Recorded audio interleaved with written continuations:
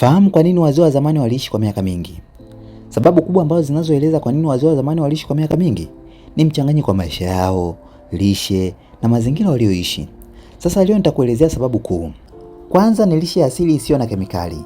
Walikula vyakula vya asili kama nafaka, mboga mbichi, matunda, nyama na samaki waliowafuga au kuwavua wenyewe. Hakukuwa na vyakula vya viwandani, sukari nyingi, mafuta yaliyosafishwa sana au kemikali nyingi za kuhifadhia. Pili ni maisha yenye harakati nyingi. Walitembea sana, walifanya kazi za shambani, walihama na mifugo au kufanya kazi za mikono. Hii ilisaidia sana kudumisha afya ya moyo, kupunguza uzito kupita kiasi na kuimarisha mifupa. Tatu ni mazingira safi na hewa safi.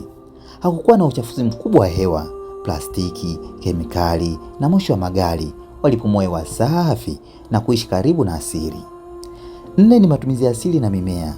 Walitumia dawa za asili kutibu magonjwa madogo madogo kabla hayajawa makubwa. Mimea ya asili iliwasaidia sana kuimarisha kinga za miili yao. Tano ni mfumo wa kijamii na maisha ya utulivu. Walikuwa na mshikamano wa kifamilia na kijamii. Hii ilipunguza sana msongo wa mawazo ambao ni chanzo kikubwa sana cha magonjwa siku hizi. Waliheshimu mila na desturi ambazo ziliwapa nidhamu ya maisha. Sita, hakukuwa na msongo wa teknolojia na maisha ya haraka. Hakukuwa na mashindano makubwa sana kama ya sasa, kukimbizana na pesa, kazi nyingi za ofisi, kukosa usingizi. Walipata muda wa kulala wa kutosha na kupumzika. Kwa ufupi, walikula asili, walihamahama na kufanya kazi za mwili. Walipumua hewa safi, walikuwa na mshikamano wa kijamii na waliepuka msongo wa mawazo.